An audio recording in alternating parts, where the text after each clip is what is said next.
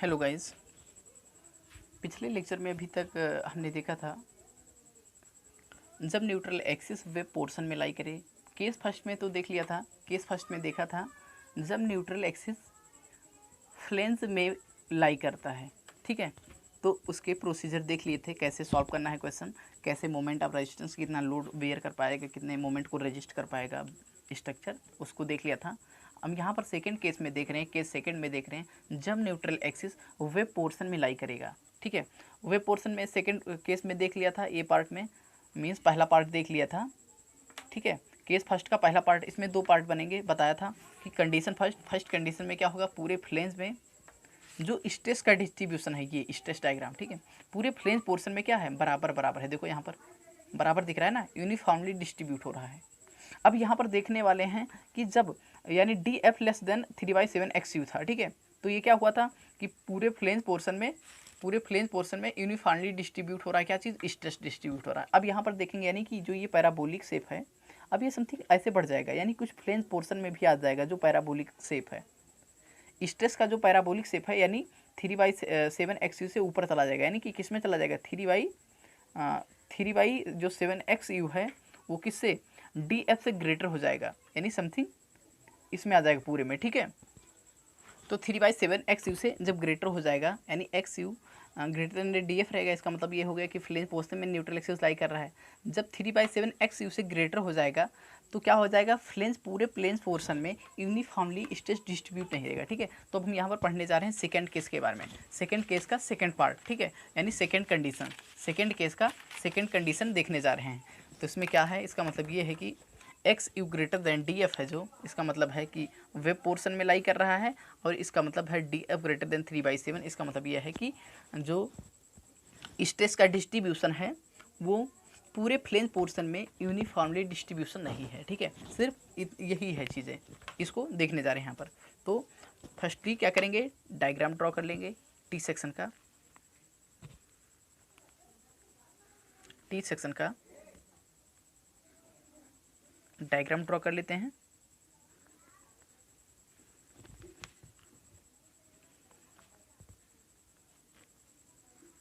ठीक है, तो ये यहाँ पर बॉटम में रीइंफोर्स्ड होगा, परबलित होगा। ठीक है, ये डेप्थ ऑफ फ्लेंज है डी एफ, ये क्या है, बी एफ है, width of flange.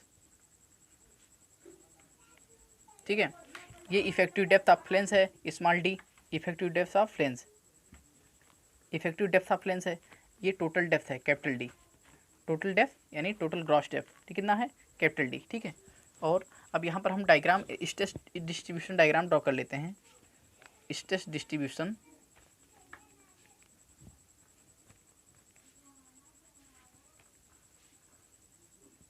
Stress distribution का डायग्राम ड्रॉ कर लेते हैं। अगर मान लेते हैं यहाँ पर समथिंग कहीं न्यूट्रल एक्सिस लाई कर रहा है, यहाँ पर, ठीक है, इस पोर्शन में कहीं न्यूट्रल एक्सिस यानी वेब पोर्शन में कहीं लाई कर रहा है न्यूट्रल एक्सिस, ये क्या है, न्यूट्रल एक्सिस, ये न्यूट्रल एक्सिस। ठीक है, तो जो ये पैराबोलिक शेप था ये समथिंग फ्लेंज पोर्शन में भी आ गया। ठीक है, फ्लेंज पोर्शन में भी आ गया, उसके बाद में कैसा, फिर रेक्टेंगल हो गया, यानी उसके बाद में जो स्ट्रेस का डिस्ट्रीब्यूशन है वो हो गया कांस्टेंट। ठीक है, यानी फ्लेंज में कुछ तो पोर्शन कांस्टेंट है, कुछ पोर्शन पैराबोलिक है, यानी कि ये पोर्शन, कुछ पोर्शन पैराबोलिकली चेंज हो रहा है और कुछ पोर्शन रेक्टेंगुलर चेंज हो रहा है। ठीक है, यानी कि टॉप में स्ट्रेस कितना होगा, 0.446 FCK। ठीक है, और मान लेते हैं ये क्या है, ये 3/7 XU है, यानी कि 3/7 XU, ये क्या है, 3/7 XU है ये। ठीक है, और ये पोर्शन क्या है, 4/7 XU। ठीक है, 4/7 XU, इसको हम जब LSM स्टार्ट करे थे इसको बहुत ही अच्छे से डिफाइन करे थे, स्ट्रेस ब्लॉक पैरामीटर में, स्ट्रेस ब्लॉक पैरामीटर में बहुत ही अच्छे से देखा था। ठीक है, तो ये ऊपर वाला पोर्शन, इसके ऊपर वाला पोर्शन कैसा है, रेक्टेंगुलर है, यानी कि जो स्ट्रेस का डिस्ट्रीब्यूशन इस पोर्शन में हुआ है कांस्टेंट हुआ है। ठीक है, लेकिन उसके नीचे पैराबोलिकली हुआ है, यानी चेंज हुआ है पैराबोलिकली, यानी कि देखो यहाँ पर समथिंग, ये देखो यहाँ तक तो कैसा पैराबोलिकली चेंज हुआ है, उसके बाद में कांस्टेंट हो गया, यानी कुछ पोर्शन में फ्लेंज के, ये फ्लेंज ही तो है, फ्लेंज के कुछ पोर्शन में पैराबोलिकली चेंज हुआ, उसके बाद में कांस्टेंट हो गया है, ठीक है।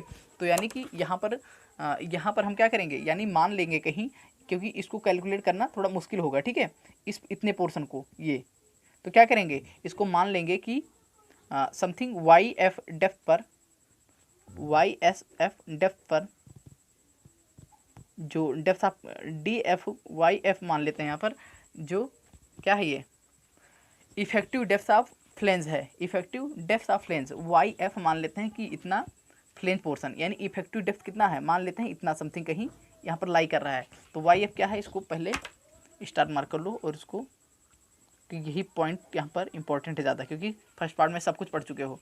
तो वाई एफ क्या है, इसको अलग लिख लो, इफेक्टिव डेप्थ ऑफ फ्लेंज है, इफेक्टिव डेप्थ ऑफ फ्लेंज,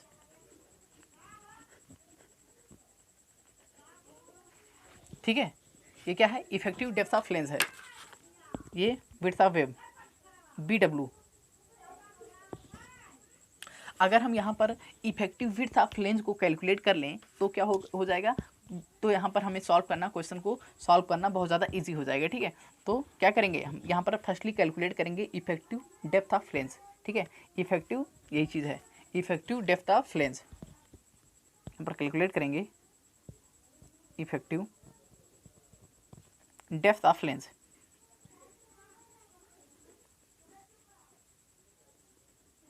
यानी Y F,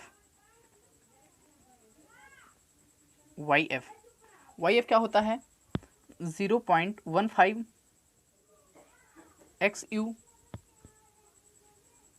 plus 0.65 D F, ठीक है, 0.15 X U plus 0.65 D F, 0. और यहाँ पर वाई एफ को यानी इफेक्टिव डेप्थ ऑफ फ्लेंज को कैलकुलेट कर लेंगे। उसके बाद में सॉल्व करने का पूरा प्रोसीजर सेम रहेगा। कौन सा, जो सेकंड कंडीशन पढ़ा था, जो सेकंड कंडीशन का सेकंड केस का फर्स्ट कंडीशन पढ़ा था, कंडीशन ये, ठीक है, जो केस ये पढ़ा था, यानी कि जो केस 2 ये, ठीक है, इसको पढ़ा था। प्रोसीजर सब सेम रहेंगे, ये डायग्राम रहेगा, एक क्या कहते हैं एज्यूम करके डायग्राम बना लेंगे अभी, ठीक है। तो प्रोसीजर बिल्कुल सेम रहेगा कि कैसे स्ट्रेस कैलकुलेट करते हैं, यानी फर्स्टली क्या करते हैं, कैलकुलेट कर लेते हैं फोर्स को, कंप्रेसिव फोर्स को, टेंसाइल फोर्स को, लीवर आर्म को कैलकुलेट कर लेते हैं। उसके बाद में मोमेंट ऑफ रेजिस्टेंस टेंसाइल और कंप्रेशन जोन से सॉल्व कर लेते हैं, ठीक है। उसके बाद में क्या है, सेकेंड फिगर में, इस वाले फिगर में, इस फिगर में क्या करते हैं, ठीक है, इस फिगर में बताया था, फिगर सेकंड से कंप्रेसिव फोर्स टेंसाइल फोर्स को कैलकुलेट कर लेते हैं। उसके बाद में लीवर आर्म कैलकुलेट कर लेते हैं, ठीक है। फिर क्या करते हैं, moment of resistance equal to force into lever arm हो जाता है। तो compressive force into lever arm या tensile force into lever arm, compressive और tensile moment of resistance calculate कर लेते हैं, ठीक है। नेक्स्ट चीज़ क्या था, कंप्रेसिव फोर्स को, टोटल कंप्रेसिव फोर्स को कैलकुलेट करने के लिए दोनों फोर्स को ऐड कर लेते हैं। टोटल टेंसाइल फोर्स को ऐड कर लेते हैं, तो ये टोटल टेंसाइल फोर्स हो जाता है, ठीक है। तो सेम प्रोसीजर सेम रहेगा, बस यहाँ पर ये ध्यान रखेंगे कि सिर्फ यहाँ पर ध्यान रखेंगे इफेक्टिव डेप्थ ऑफ फ्लेंज को, ठीक है, यानी वाई एफ को कैलकुलेट करना, थोड़ा इसको ध्यान रखेंगे, वाई एफ को कैलकुलेट करना होता है यहाँ पर, ठीक है। उसके बाद में क्या करते हैं, उसके बाद में सेम चीज़, यानी कि क्या करते हैं, जो डी एफ है, जो फर्स्ट केस में पढ़ा था, डी एफ था जहाँ उसको वाई एफ से रिप्लेस कर देते हैं, यानी ध्यान रखेंगे इम्पॉर्टेंट चीज़ है, स्टार मार्क करके लिखते हैं नोट।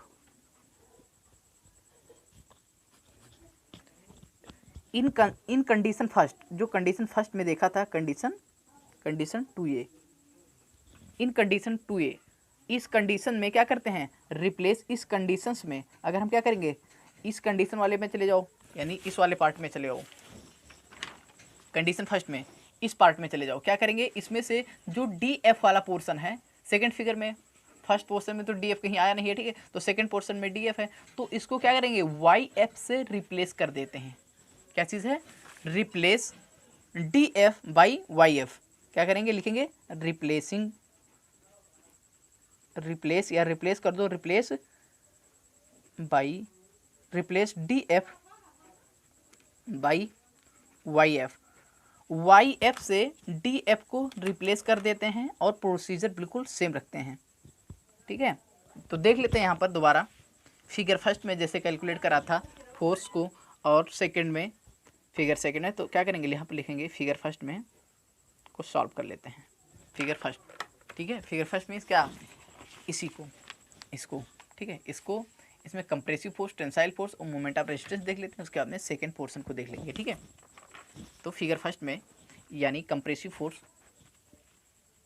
C1, ठीक है, C1 क्या होगा, हो जाएगा सेम चीज़, बिल्कुल भी इसमें चेंजमेंट कोई नहीं होगा, 0.36, क्योंकि as a singly reinforced beam मान के ही तो करेंगे 0.36, यानी फोर्स इक्वल टू क्या होता है, stress into area BW into XU।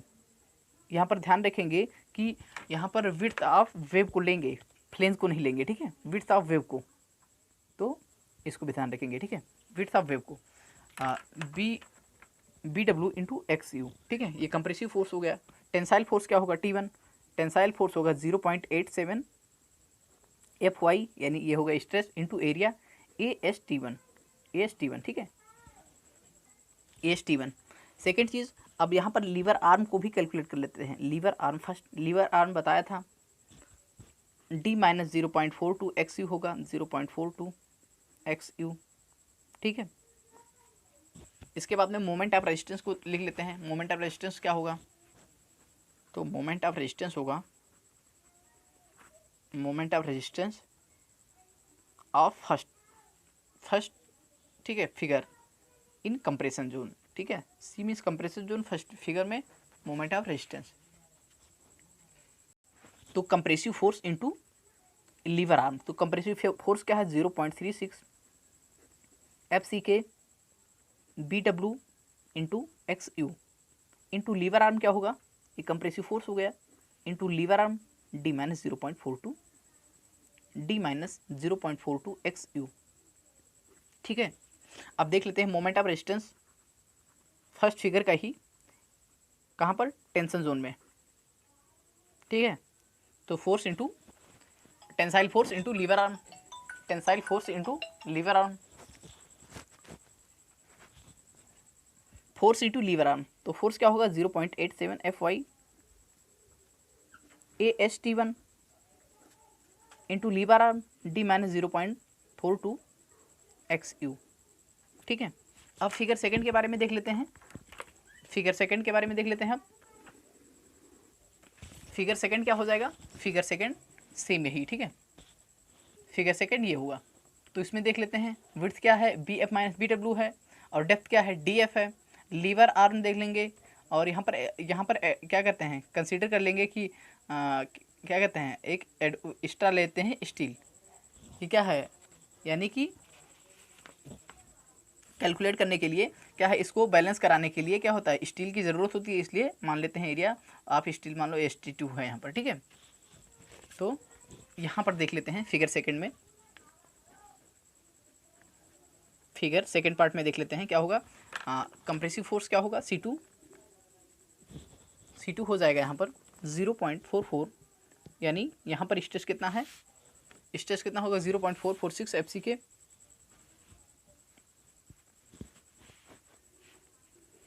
0.446 FCK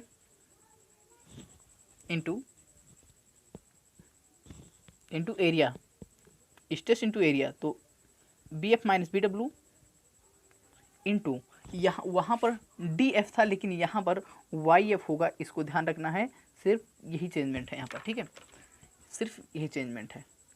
YF की value effective depth of flange की वैल्यू मैंने बता दी है ऑलरेडी, ये है 0.15 XU प्लस 0.65 DF। ठीक है, तो यहाँ पर ये ध्यान रखना है कि यहाँ पर यूज़ क्या होगा, यहाँ पर यूज़ होगा YF का। ठीक है, अब हम देख लेते हैं कंप्रेसिव फोर्स को, देख लिया सेकंड पार्ट में, टेंसाइल फोर्स को देख लेते हैं T2 को। ठीक है, तो ये क्या होगा 0.87 FY AST2 इंटू ST2। ठीक है, यानी स्ट्रेस इंटू एरिया। ठीक है, और यहाँ पर लीवर आर्म को देख लेते हैं। लीवर आर्म कितना होगा, लीवर आर्म किसका, सेकेंड पार्ट का, क्या होगा D minus YF/2।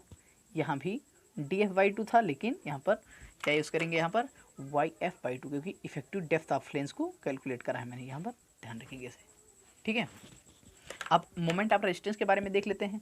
Moment of resistance part second का इन कंप्रेशन जोन में, ठीक है, पार्ट सेकंड कंप्रेशन जोन में। तो कंप्रेसिव स्ट्रेस लिखो, compressive force into lever arm, तो 0.446 FCK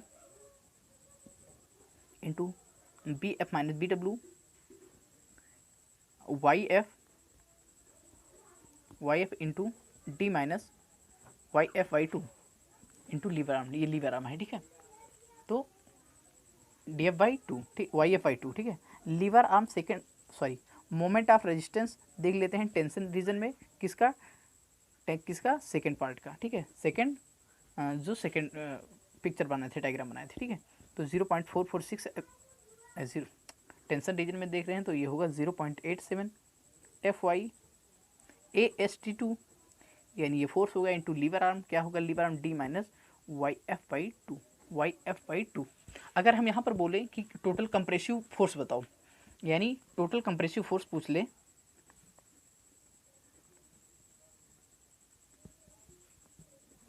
टोटल कंप्रेसिव फोर्स की बात करें, यानी कैपिटल C की बात करें, तो C1 प्लस C2 हो जाएगा, यानी इस वाले C1 कंप्रेसिव फोर्स फर्स्ट वाले का और सेकंड वाले को ऐड कर देंगे तो टोटल कंप्रेसिव फोर्स हो जाएगा। अगर पूछे total tensile force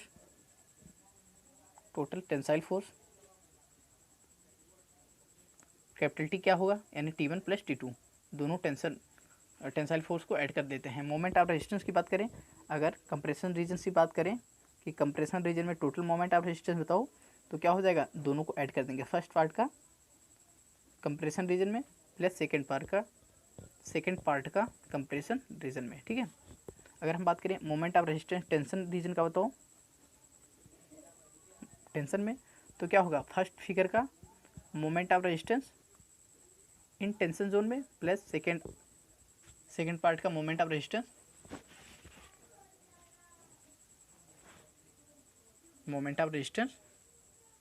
in tension zone में, ठीक है।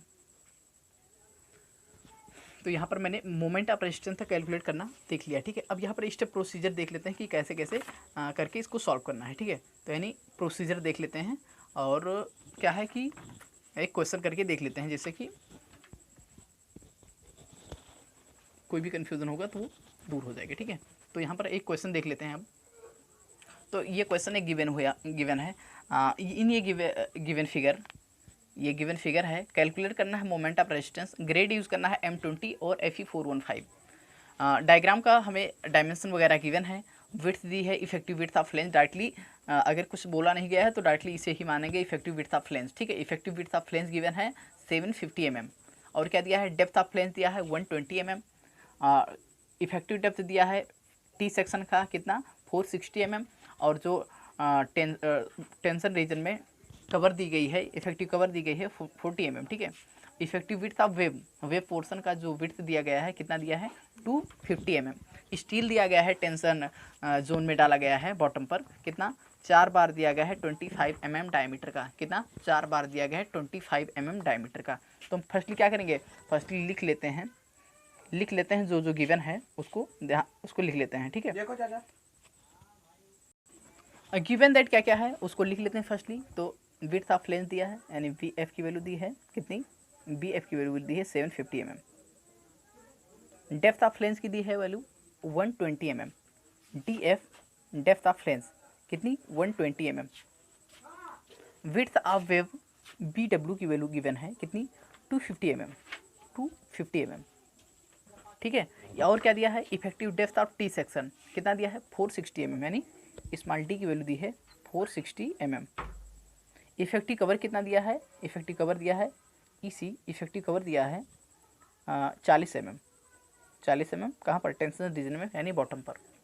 और क्या गिवन है, हाँ एरिया ऑफ स्टील भी गिवन है यहाँ पर, तो उसको भी लिख लेंगे area of steel.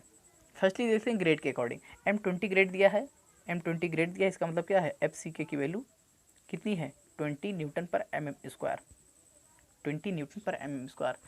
FE415 given है, FE415 गिवन है, इसका मतलब है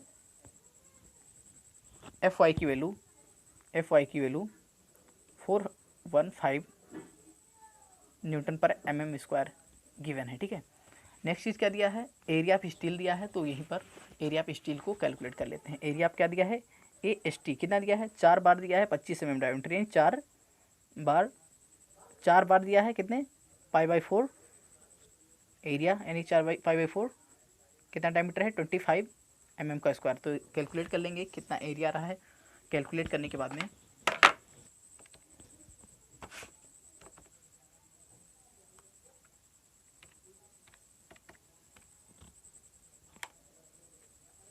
1963.49 यानी 1964 गिवन है, ठीक है। अप्रॉक्स मान लेते हैं 1964 mm² दिया है, ठीक है। एरिया ऑफ स्टील का एरिया हमको क्या करना है, अभी यहाँ पर तो ये गिवन वाली चीज़ें लिख ली। अब लिख लेते हैं फाइंड आउट क्या करना है हमको, क्या निकालना है, फाइंड आउट क्या कैलकुलेट करना है उसको देख लेते हैं। हमको क्या करना है, मोमेंट ऑफ रेजिस्टेंस, यानी इतनी चीज़ें गिवन है और हमको ज्ञात करना है moment of resistance. Moment of resistance को कैलकुलेट करने के लिए हमने क्या बताया था, firstly actual depth of neutral axis को कैलकुलेट कर लेते हैं। यानी फर्स्ट स्टेप में क्या बताया था, फर्स्ट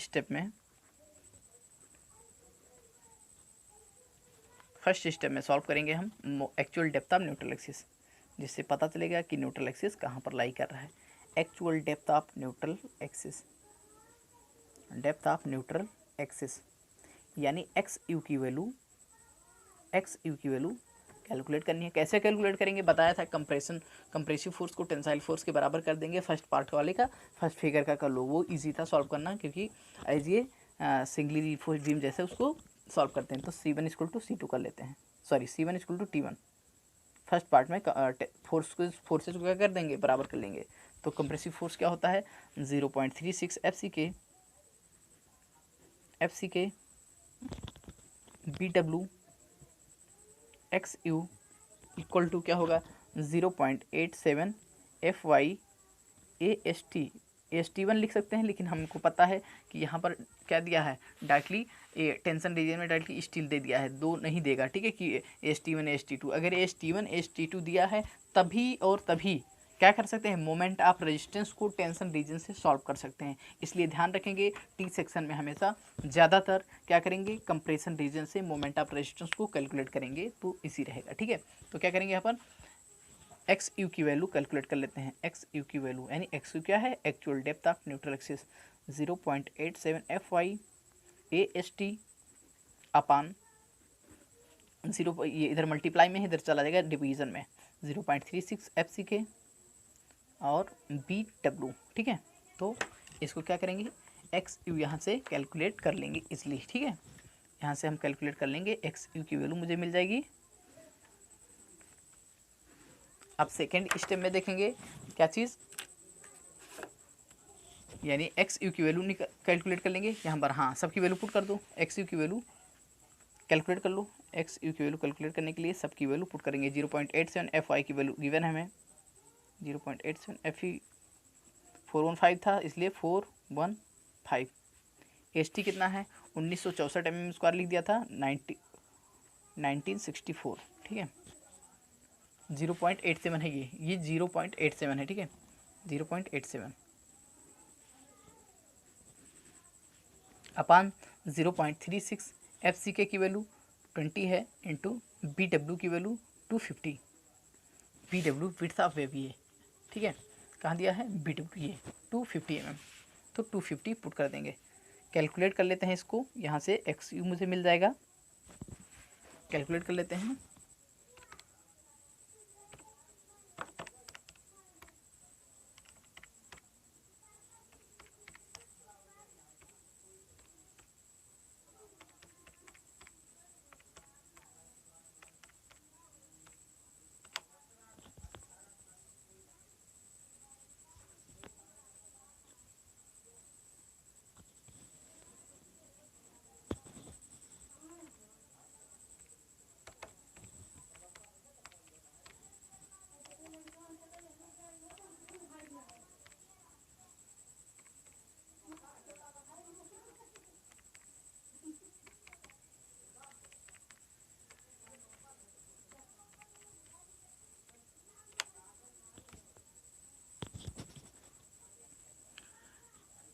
तो कैलकुलेट करने के बाद में एक्स यू की वैल्यू यहाँ पर 393.94 mm आ रहा है, ठीक है। तो 394 ले लेते हैं, एक्स यू की वैल्यू 394 mm ले लेते हैं, 394 mm, ठीक है। अब यहाँ पर हम क्या करेंगे, डी एफ से कंपेयर कर लेते हैं, डी एफ से कंपेयर कर लेते हैं। तो डी एफ की कितनी वैल्यू है, डी एफ की वैल्यू कितनी है, डी एफ की वैल्यू है 120 mm, ठीक है, 120 mm है। इसका मतलब मुझे पता चल रहा है कि डी एफ की वैल्यू नहीं, डी एफ की वैल्यू छोटी है किससे, एक्स यू से, यानी एक्स यू से डी एफ की वैल्यू कम है। तो क्या करेंगे यहाँ पर, अब उसके बाद में कंपेयर कर लेंगे। क्या बताया था कि डी एफ की वैल्यू 3/7 से कंपेयर करा लेते हैं, 3/7 एक्स यू से। 3/7 एक्स यू कितनी है, 3/7 एक्स यू की वैल्यू 394, यानी कैलकुलेट करके देख लेते हैं, 394 इंटू 3/7, ये वैल्यू आ रहा है 168। इसका मतलब हमें पता चल रहा है कि जो वैल्यू आ रही है 168, यानी डी एफ से ग्रेटर है, डी एफ से ग्रेटर है, ठीक है। तो यानी कि x you greater than D F है, इसका मतलब कि वेब पोर्शन में लाई कर रहा है, न्यूट्रल एक्सिस वेब पोर्शन में लाई कर रहा है, तथा क्या चीज़, डी एफ 68 से कम है, डी एफ 3/7 एक्स यू से कम है। इसका मतलब ये क्या है, इसका मतलब ये है कि 3/7 डी, इसका मतलब स्ट्रेस डायग्राम जो बनेगा, डायग्राम स्ट्रेस डायग्राम बनेगा, जो स्ट्रेस डायग्राम बन रहा है ये, यानी कि यहाँ पर मान लो समथिंग आया है न्यूट्रल एक्सिस, तो ये पोर्शन यहीं पर समथिंग यहीं तक पैराबोला रहेगा, उसके बाद में कांस्टेंट हो जाएगा, उसके बाद में इसकी वैल्यू आगे स्ट्रेस रेक्टेंगुलर आएगा, यानी कि उसके बाद में, यानी पूरे पैराबोला में हमें देखने से पता चल रहा है कि पूरे पैराबोला में जो स्ट्रेस रहेगा वो कांस्टेंट रहेगा, ठीक है। पूरे फ्लेंस पोर्शन में क्या होगा, स्ट्रेस कांस्टेंट होगा, ठीक है। तो इसका मतलब मुझे केस सेकंड केस का फर्स्ट कंडीशन है, केस सेकंड का फर्स्ट कंडीशन है, ठीक है। तो अब हम सॉल्व कर लेते हैं, अब हम यहाँ पर देख लेते हैं कैलकुलेट करके एक्स यू लिमिटिंग को, ठीक है, एक्स यू लिमिटिंग को, जिससे हमें पता चल जाएगा, सेकंड स्टेप में ज्ञात करेंगे एक्स यू लिमिटिंग, जिससे हमें पता चलेगा क्या चीज़, कि सेक्शन कैसा है, अंडर रीइंफोर्स्ड है कि ओवर रीइंफोर्स्ड है कि बैलेंस सेक्शन है, ठीक है। तो सेकंड स्टेप देख लेते हैं, सेकंड स्टेप। तो एक्स यू लिमिटिंग को यहाँ पर कैलकुलेट कर लेते हैं, एक्स यू लिमिटिंग यानी क्या लिखेंगे, limiting depth of neutral axis, limiting depth of neutral axis, limiting depth of neutral axis, यानी लिमिटिंग डेप्थ एक्सिस या critical neutral axis, x u limiting. X u limiting हमको पता है इसका फार्मूला, एक्स यू लिमिटिंग क्या होता है, x u limiting पता है, के इंटू डी होता है, के डिपेंड करता है on the basis of steel grade, के डिपेंड करता है on the basis of steel grade, ठीक है। जब ग्रेड यूज कर रहे होते हैं Fe250 तो के की वैल्यू हो जाती है 0.53, ठीक है। Fe जब 415 यूज़ कर रहे होते हैं, स्टील का ग्रेड कितना Fe415, तो के की वैल्यू होती है 0.48, ठीक है। जब स्टील का ग्रेड Fe500 यूज़ कर रहे होते हैं तो के की वैल्यू हो जाएगी 0.46, ठीक है। तो यहाँ पर कौन सा ग्रेड लिए हैं, Fe415, तो कौन सा एडॉप्ट करेंगे, इसको, ठीक है। तो क्या हो जाएगा, एक्स यू लिमिटिंग को कैलकुलेट कर लेते हैं यहाँ पर। अब एक्स यू लिमिटिंग क्या होगा, 0.48 डी, डी की वैल्यू हमको गिवन है, डी की वैल्यू कितनी गिवन है देख लेते हैं, डी की वैल्यू गिवन है कितनी 460, ठीक है। Effective depth of T section क्या है 460 mm, तो पुट कर देते हैं 0.48 इंटू 460 mm, तो एक्स यू लिमिटिंग की टोटल वैल्यू आ जाएगी, एक्स यू लिमिटिंग की को 0.48 इंटू 460 कैलकुलेट करने के बाद में आ रही है 220.8, कितनी आ रही है 220.8 mm, यानी अप्रॉक्स ले लेते हैं 2 to 1 mm। एक्स लिमिटिंग की वैल्यू कितनी आ गई 2 to 1 mm, यानी 221 mm, कितनी आ रही है, एक्स यू लिमिटिंग की वैल्यू 221 mm। हमको पता है एक्स यू की वैल्यू कितनी आई थी, एक्स यू की वैल्यू आई थी यानी actual depth of neutral axis 294 sorry 394 394 आई थी। हमको पता है लिमिटिंग कितनी है 221, तो कौन से वैल्यू को अडॉप्ट करेंगे, सेक्शन क्या होगा यहाँ पर, तो लिखेंगे थर्ड स्टेप में check for section, third step में लिखेंगे चेक फॉर सेक्शन, यानी सेक्शन को भी चेक कर लेते हैं, चेक फॉर सेक्शन।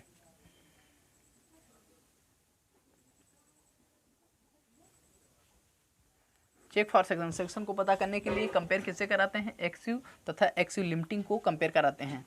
सेक्शन को चेक करने के लिए एक्स यू क्या करते हैं, एक्स यू तथा एक्स यू लिमिटिंग की तुलना करते हैं, compare x you and x u limiting.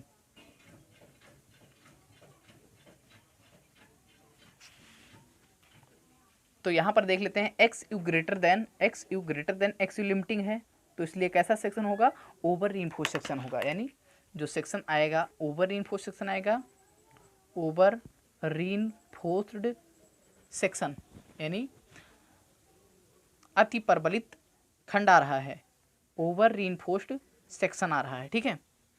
Over reinforced section आया तो इसमें एक्स यू की वैल्यू यूज़ करेंगे कि एक्स यू लिमिटिंग की, तो दोनों में से कम कौन सी वैल्यू है, एक्स यू लिमिटिंग है, तो एक्स यू लिमिटिंग की यानी लिमिट से मैक्सिमम मतलब नहीं जाएंगे अधिक, ठीक है। तो एक्स यू लिमिटिंग की वैल्यू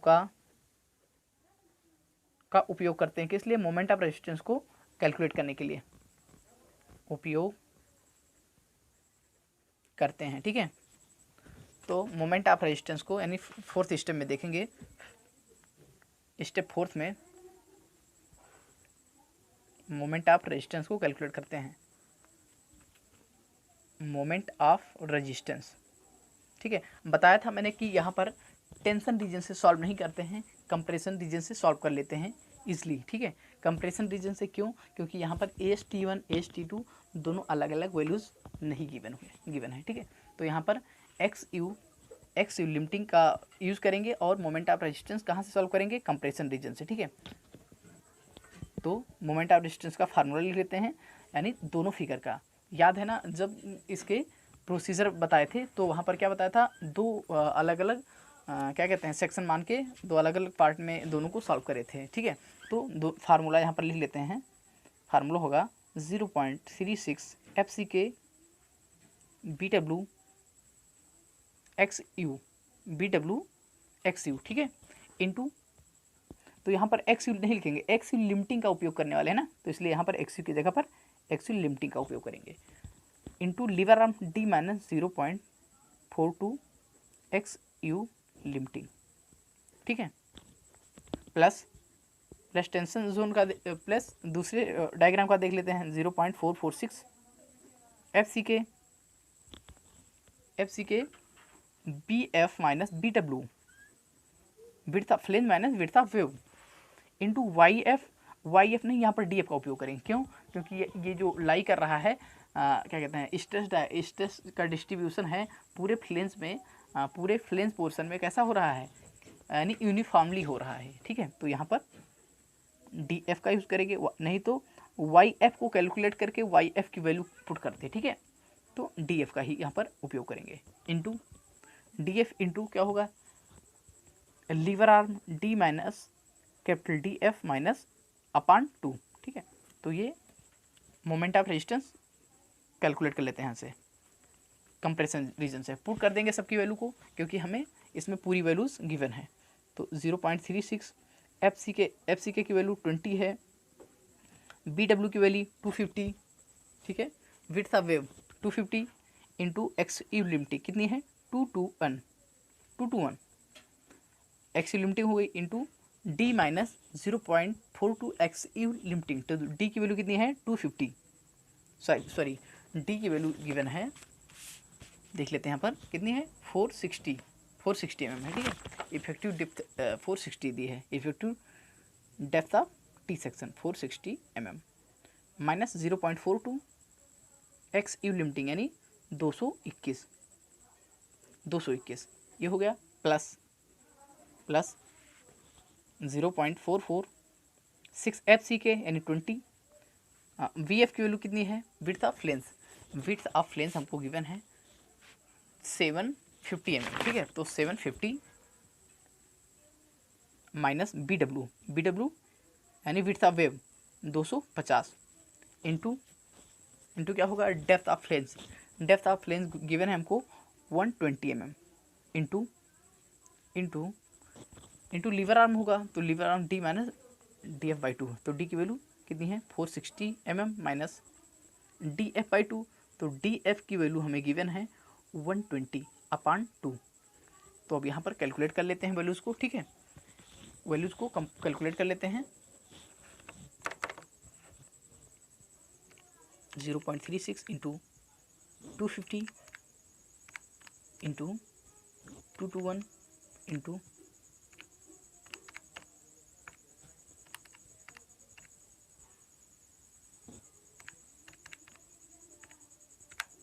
एक पार्ट की वैल्यू आ रही है 73037321 ठीक है, यानी न्यूटन mm आ रहा है 246 यानी 7.3 किलो न्यूटन मीटर हो जाएगा, ठीक है। अभी उसको देख लेते हैं। अब यहाँ पर सेकंड पार्ट को देख लेते हैं। 0.446 into 20 into 750 minus 250 into 120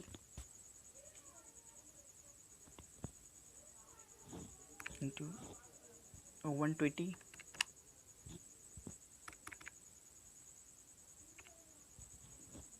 460 minus 60, इधर की वैल्यू आ रही है 21408 1 2 3 4 ठीक है। तो ये इतना न्यूटन mm आ रहा है, ठीक है, न्यूटन mm आ रहा है। इसको किलो न्यूटन में चेंज कर लेते हैं, ठीक है, किलो न्यूटन में चेंज कर लेते हैं। 246 यानी 214.08 हो जाएगा और ये 7.3, तो 214.08 प्लस 246 यानी 7.303 ऐड कर लेते हैं। ये आ रहा है, हम वैल्यू मिल गई जो 221.383 kilo newton metre. Complete value जो मोमेंट ऑफ रेजिस्टेंस की आ गई वैल्यू आ रही है 221.383 किलो न्यूटन मीटर, ठीक है। तो आज हमने यहाँ पर एक क्वेश्चन देखा जो कि टी सेक्शन यानी टी बीम पर बेस्ड था।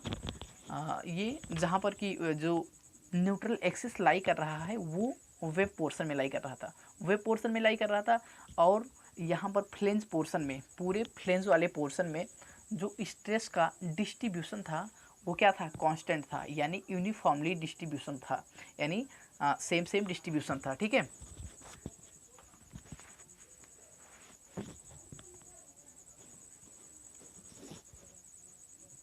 तो आज हम क्लास यहीं पर एंड करते हैं, ठीक है। Thank you.